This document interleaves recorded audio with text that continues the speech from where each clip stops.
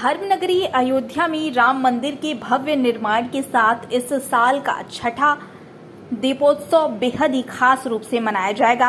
अयोध्या के सरयू घाट से लेकर सभी प्रमुख मठ मंदिरों को सजाया संवारा जा रहा है, तो वहीं इस बार भी सरयू तट पर स्थित रामकथा पार्क में भगवान श्री राम, माता जानकी व लक्ष्मण के साथ पुष्पक विमान से अयोध्या पहुंचेंगे, जहां उनका स्वागत के बाद राज्याभिषेक का आयोजन किया जाएगा। वहीं अयोध्या के छठवें दीपोत्सव पर एक बार फिर रिकॉर्ड बनाए जाएंगे, जिसके लिए 15 लाख दिए जलाए जाएंगे।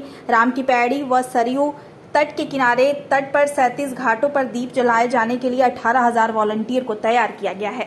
वॉलंटियर्स का सवाल है, हमने ऑलरेडी हमारे जो संबद्ध महाविद्यालय हैं, विश्वविद्यालय परिषद है, उसके हमने टीम बना ली है। शिक्षकों की भी समूह बने हुए हैं, टीम्स बने हुए हैं। उस आधार पे हर महाविद्यालय से हमने विद्यार्थी के लिस्ट आ गई है।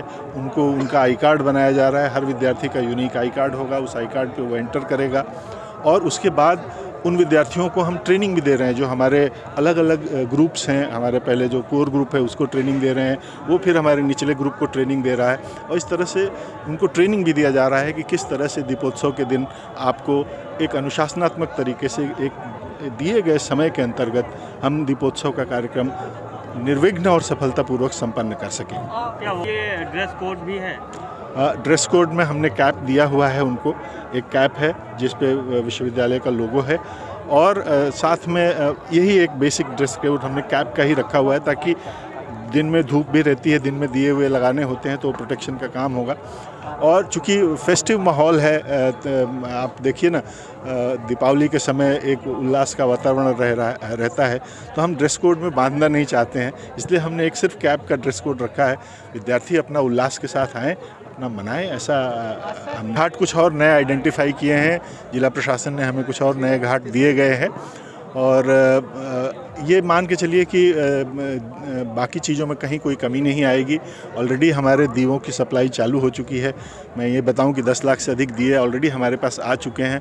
हम इंश्योर कर रहे हैं कि 15 तारीख या 18 तारीख तक हमारे पास सारी सामग्री उपलब्ध हो जाए, ऐसा हम इंश्योर कर रहे हैं, इसलिए ताकि आखिरी समय में किसी भी तरह की कोई दिक्कत ना हो।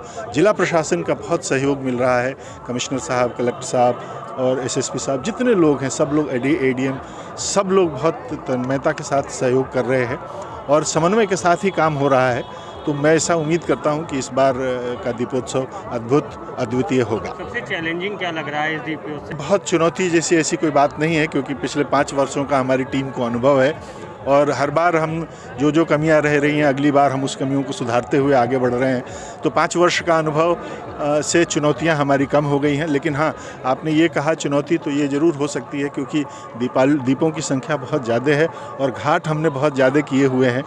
तो हो सकता है कि कई घाटों पे, हालांकि उसका भी प्रबंध जिला प्रशासन कर रहा है कि अगर प्राकृतिक रूप से ज़ोर से हवा चलने लगे या इस तरह की कोई बात हो तो वो एक चुनौती ज़रूर है, लेकिन वो प्रकृति है। ईश्वर से प्रार्थना करते हैं कि उस दिन कम से कम हमारा सहयोग करे। इसी की प्रार्थना हमने किया कि सारे देवी देवता नवग्रह मिल करके इस दीपोत्सव को सफल मनाएं।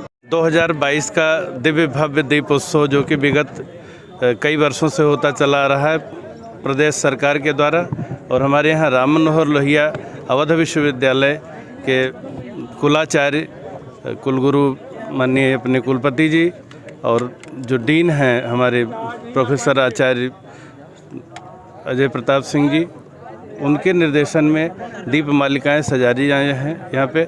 और जो हमारे प्रदेश के महामहिम राज्यपाल महोदय हैं, कुलाधिपति हैं, उनके निर्देशानुसार ये दीपोत्सव दिव्य और भव्य मनाया जाए, तो अपने ही रिकॉर्ड को जो विगत में बना था उसको ये तोड़े और पूरे विश्व में एक मैसेज जाए सुख शांति समृद्धि का। भगवान श्री राम जी अयोध्या जी आए थे। ये मात्र पटाखेबाजी आतिशबाजी का उत्सव नहीं है, एक पौराणिक आख्यान भी है कि ठाकुर जी के आगमन पर अयोध्या वासियों ने पूरे अयोध्या नगरी को दीप मालिका से सजाया था।